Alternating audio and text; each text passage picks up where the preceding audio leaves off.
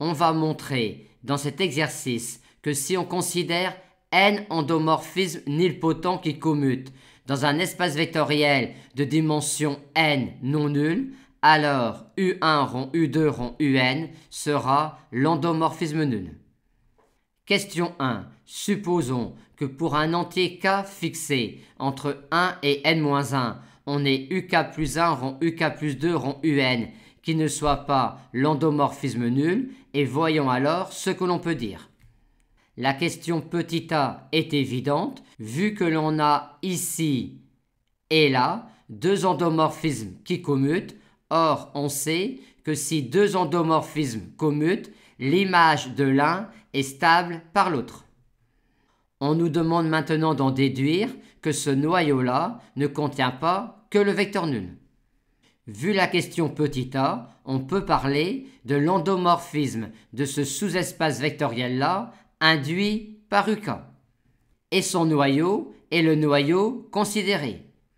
Et pour montrer qu'il ne contient pas que le vecteur nul, on va raisonner par l'absurde, on va donc supposer que son noyau ne contient que le vecteur nul.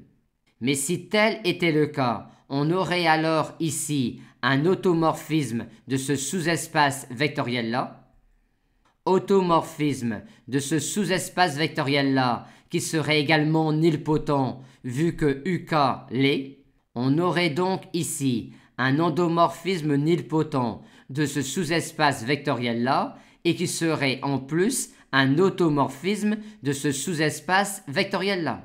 Aussi, dans la définition de sa nilpotence, on pourrait effectuer des simplifications étant donné qu'il s'agit d'un automorphisme de ce sous-espace vectoriel-là, ce qui nous conduirait au fait que l'on aurait ici l'endomorphisme nul.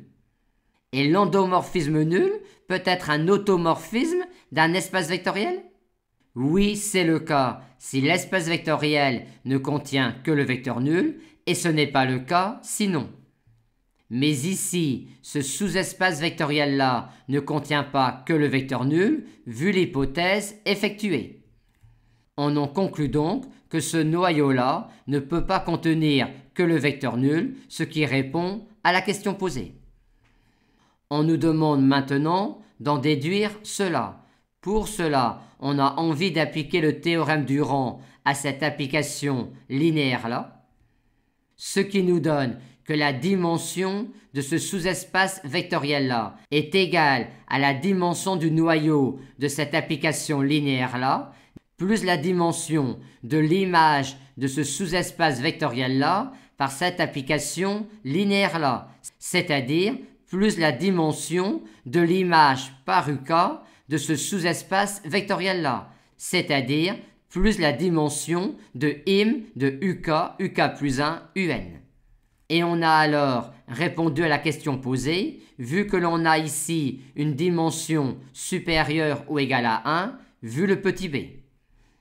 On a donc montré que si pour un entier K compris entre 1 et n-1, cet endomorphisme-là n'est pas l'endomorphisme nul, alors on a cette inégalité-là.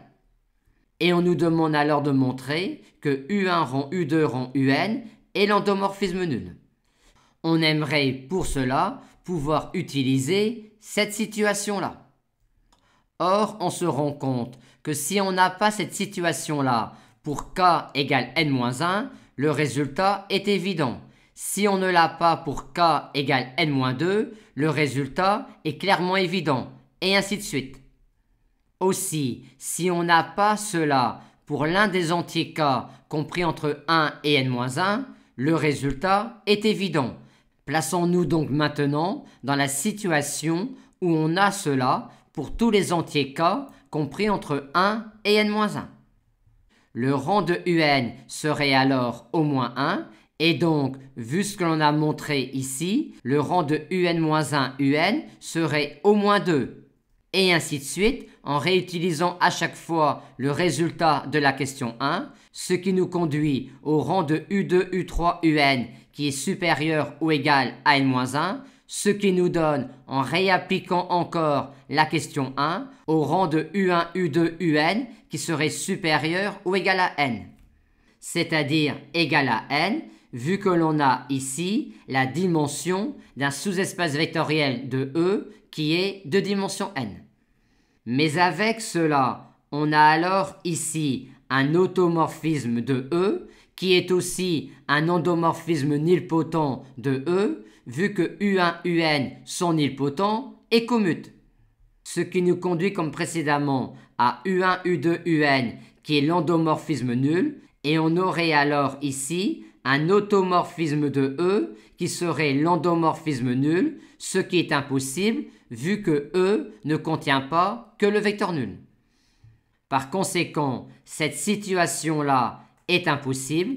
Il existe donc un indice K compris entre 1 et n-1 pour lequel cet endomorphisme-là est nul, ce qui nous donne alors que cet endomorphisme-là est nul.